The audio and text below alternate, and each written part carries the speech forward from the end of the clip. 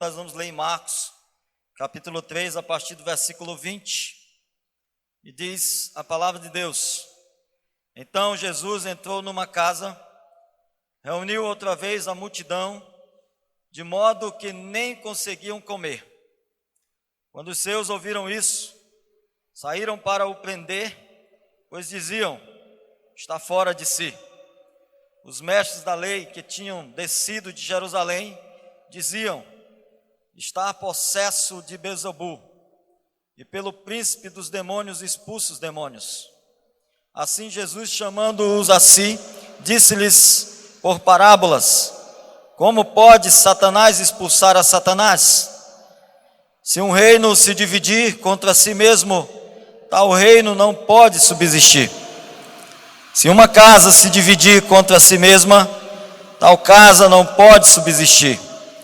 Se Satanás se levantar contra si mesmo e for dividido, não pode subsistir.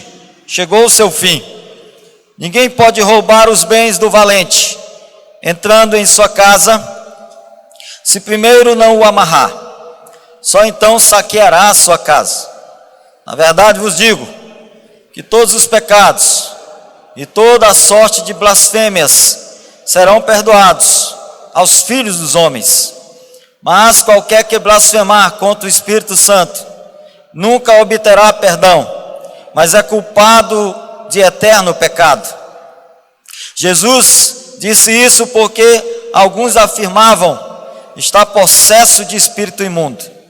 Chegaram então seus irmãos e sua mãe, e estando de fora, mandaram-nos chamar. A multidão estava assentada ao redor dele, e lhe disseram: tua mãe e teus irmãos te procuram, e estão lá fora. E ele lhes perguntou: quem é minha mãe? E quem são os meus irmãos? Então, olhando em redor para os que estavam assentados junto dele, disse: aqui estão minha mãe e meus irmãos. Portanto, qualquer que fizer a vontade de Deus, esse é meu irmão, irmã e mãe. Pai querido, Deus eterno, obrigado, Deus, por essa noite. Obrigado, Pai, pelo teu grande amor, pela tua infinita bondade, pela tua misericórdia. Nós não poderíamos de maneira nenhuma, Pai, te cultuar, se não também te ouvirmos, se não deixarmos o Senhor falar aos nossos corações. Pai, fala conosco, ainda que rasgue os nossos corações, ainda que nós soframos, ó Deus, contra, ó Pai, a nossa própria vontade, mas que em nome de Jesus, tua palavra tenha poder, Pai, para nos transformar, para mudar a nossa vida, Pai. A tua verdade também santifica. Então, Pai, nessa noite nos santifica, nos purifica, nos limpa, ó Pai, de todo pecado, para que possamos ver, Senhor Deus, qual é a tua boa, perfeita e agradável vontade, para que possamos, ó Deus, comer o melhor desta terra. E só através da tua palavra nós poderemos ser limpos. Nos ensina a ouvir, a dar lugar ao Senhor, ó Pai, colocar o Senhor em primeiro lugar. Pai querido, nós venhamos nos voltar para Ti. Por isso nós te pedimos: volta-se para nós, ó Deus. Nesse momento, nos abençoa com a tua palavra, em nome de Jesus. Amém. Amém. Poder sentar, queridos.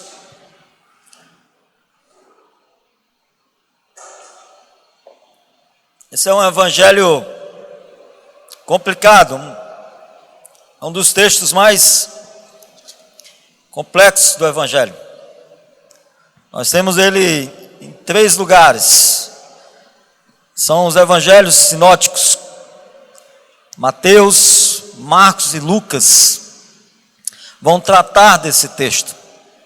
E aqui fala de um assunto polêmico, que é a blasfêmia contra o Espírito Santo. Nós podemos ver que esse evangelho então começa falando que Jesus não tinha mais tempo para comer. Não tinha mais tempo nem para comer pão. A sua popularidade estava tão grande que não tinha ele, junto com os seus discípulos, mais tempo. Ele também fala que os seus familiares chegam e querem levá-los consigo, porque diziam: que Jesus estava fora de si. Diziam que Jesus estava louco. E logo em seguida conta que estavam ali também os escribas e os fariseus, que acusavam Jesus de estarem agindo em nome de Beelzebú, o príncipe de Satanás. E Jesus não responde aos seus familiares ali de imediato, mas ele responde ali aos seus inimigos que os acusavam ali naquele momento. Aqui nós podemos ver 3 posições das pessoas que estavam ali junto dele.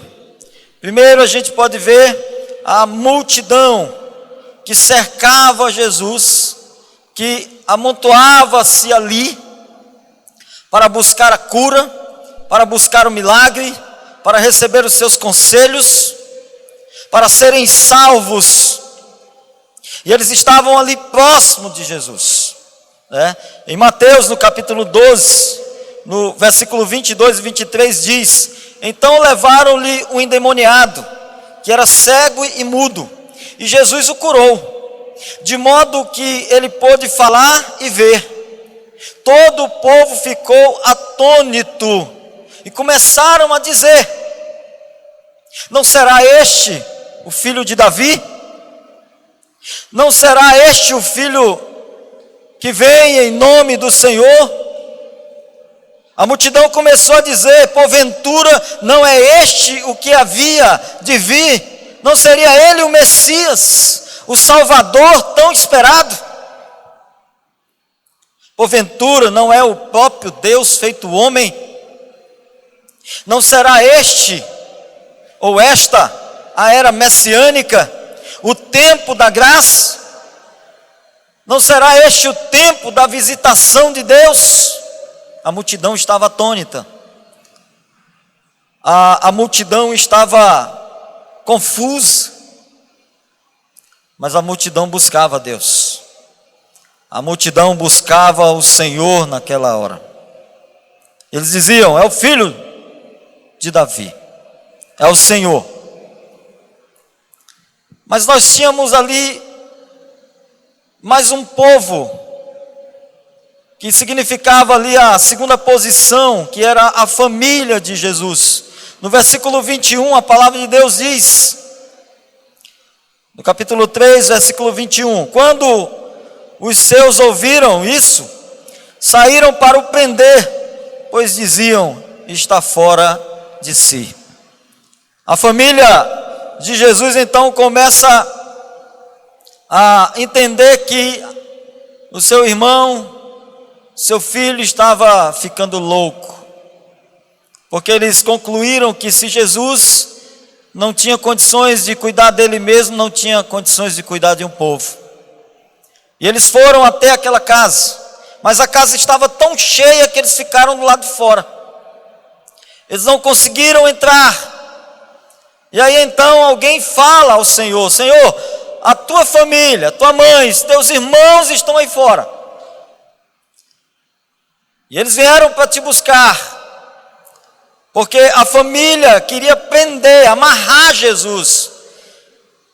Eles queriam levar Jesus embora, porque diziam que Jesus estava louco. Essa é a ênfase da popularidade.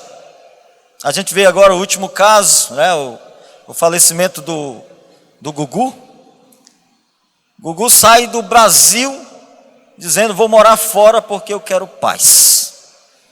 Lá eu posso estar com os meus filhos, eu posso ir ao shopping, eu posso ir fazer compras, eu posso ir para a fila de um banco, mas no Brasil não posso.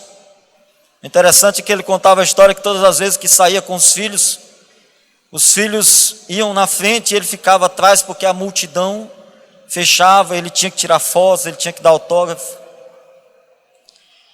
Esse é o fator popularidade. Não era diferente com Jesus. Jesus, onde ele andava, a multidão cercava. Ele não tinha mais tempo para comer pão. Ou seja, Jesus não almoçava mais, não jantava mais, não comia mais, porque a multidão o cercava. Mas o interessante, meus amados, é que Jesus só tinha 3 anos e meio para fazer isso. O tempo de Jesus era curto. Ele não poderia perder tempo, porque ele ia ter que ter tempo para ensinar os seus discípulos, para curar, para sarar, para salvar. Então o tempo de Jesus era muito pouco. Então a família conclui: ele está louco, vamos amarrá-lo, vamos levá-lo, não vamos deixar ele ir às praças, não vamos deixar ele ir com a multidão. Meus amados, essa é a posição da família de Jesus. Jesus não tinha tempo nem para comer. Amados, nós temos a posição número 3, que são os inimigos de Jesus, que também estavam ali ao redor do Senhor.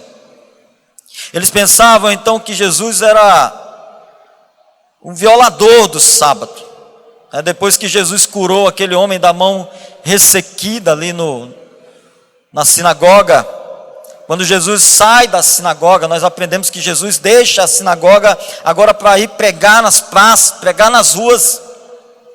E quando ele deixa a sinagoga, os fariseus, os escribas, os herodianos se uniram ali e disseram: agora nós vamos matá-lo, nós vamos procurar um meio de aniquilá-lo, nós temos que pará-lo enquanto é tempo.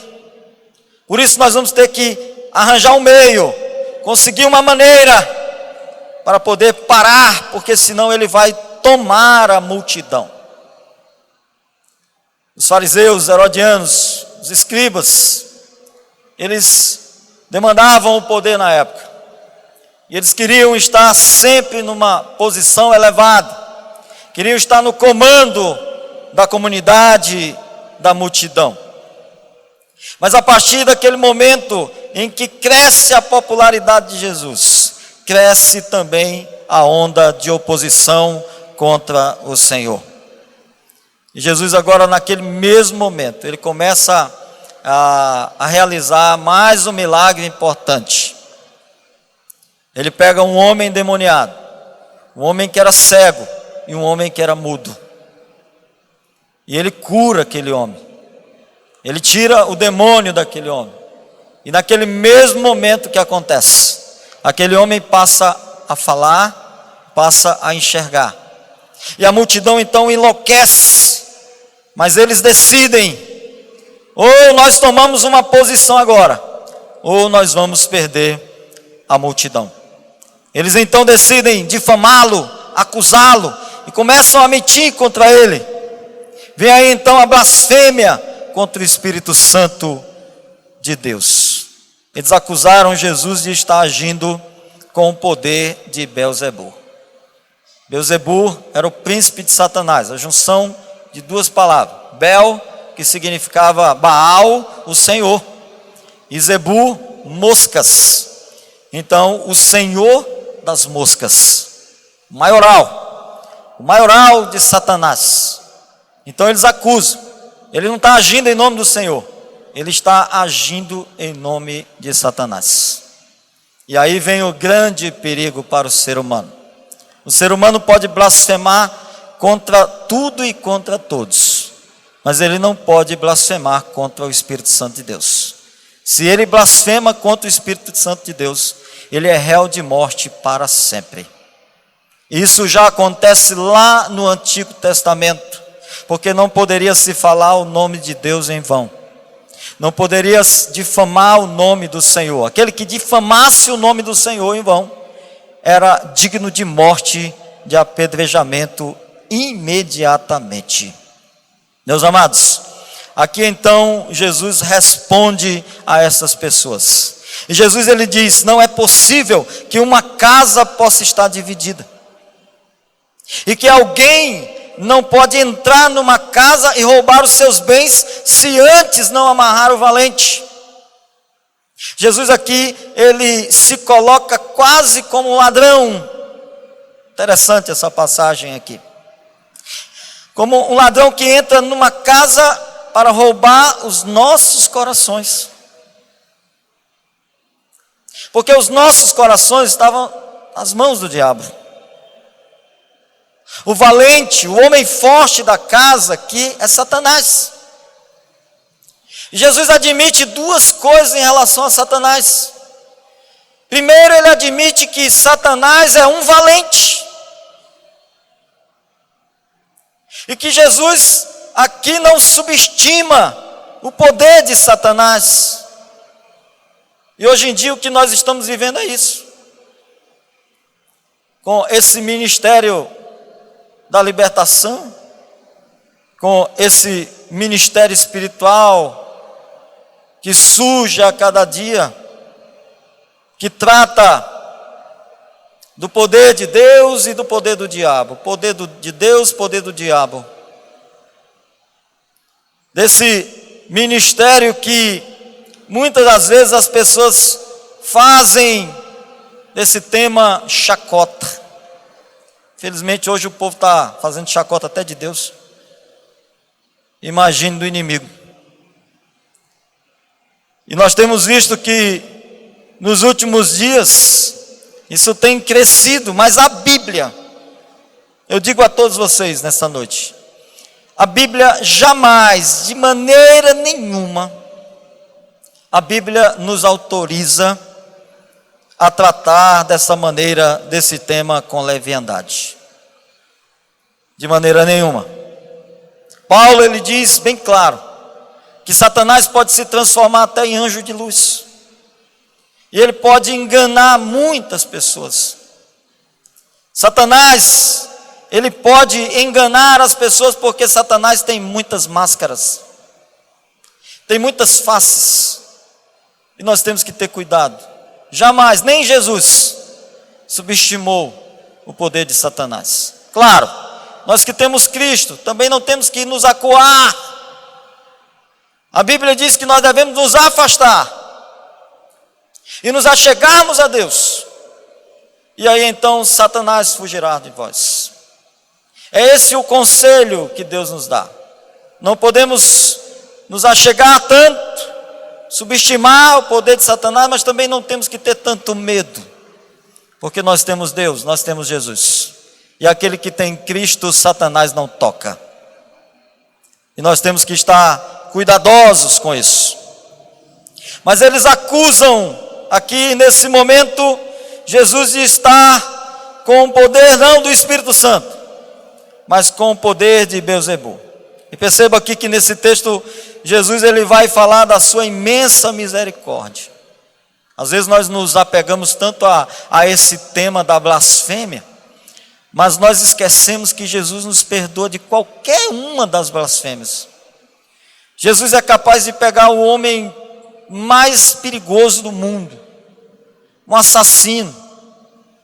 Jesus é capaz de pegar aquele que está na lama, aquele que negou a Cristo a vida inteira, e na hora da sua morte, no último momento, se ele disser: Senhor, me arrependo de todos os meus pecados, o Senhor Jesus perdoa, porque a sua graça é misericordiosa, é grande, é poderosa. E nós às vezes nos atentamos só para esse texto de que aquele que blasfemar contra o Espírito Santo, esse é réu de morte para sempre.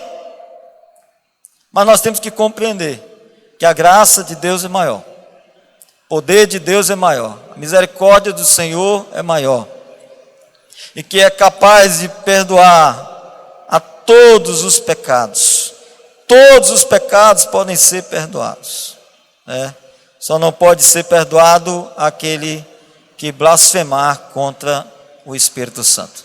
Talvez você possa estar perguntando: pastor, o que é essa blasfêmia contra o Espírito Santo?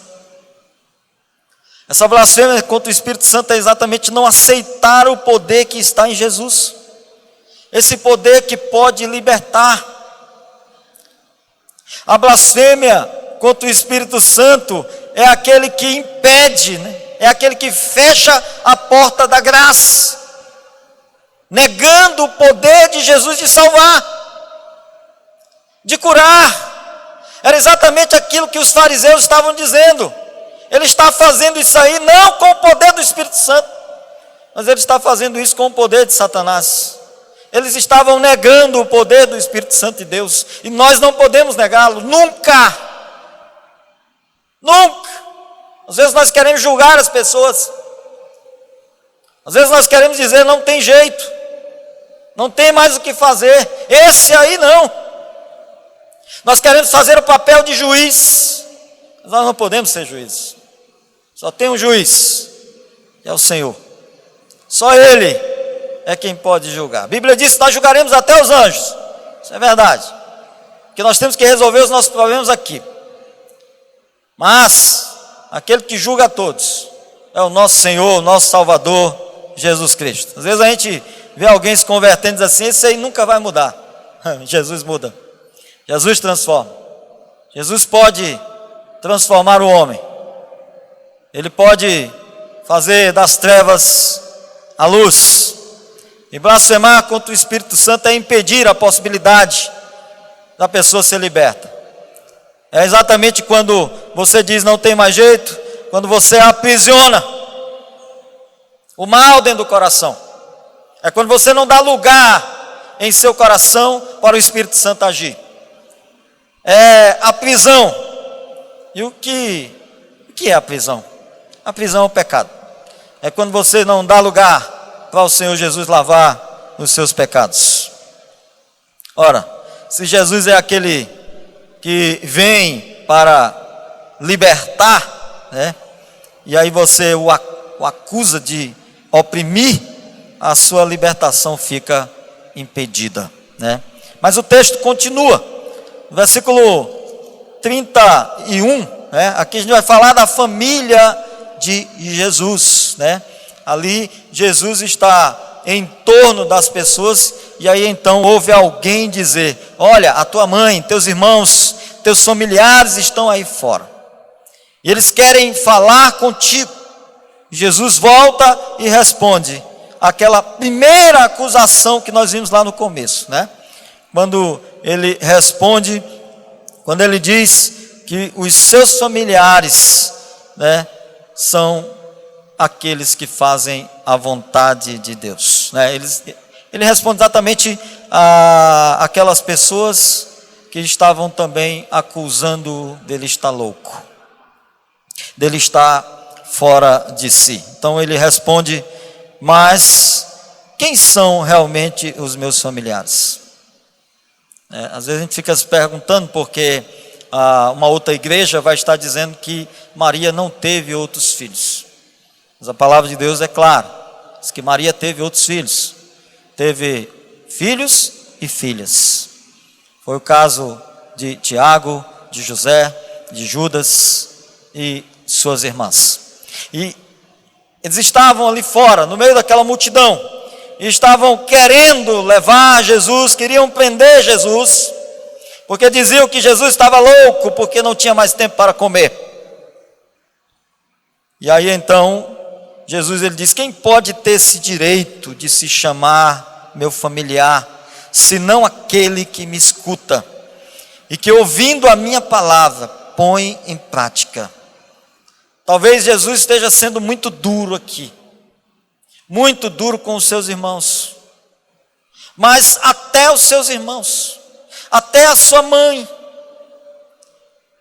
eles precisavam também crerem, e eles não criam.